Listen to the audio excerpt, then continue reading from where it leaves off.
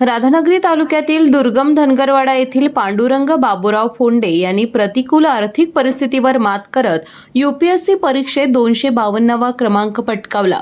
मोलमजुरी करणाऱ्या कुटुंबातील या युवकाच्या यशाने धनगरवाड्यासह संपूर्ण राधानगरी तालुक्याचं नाव उज्ज्वल झालं आहे।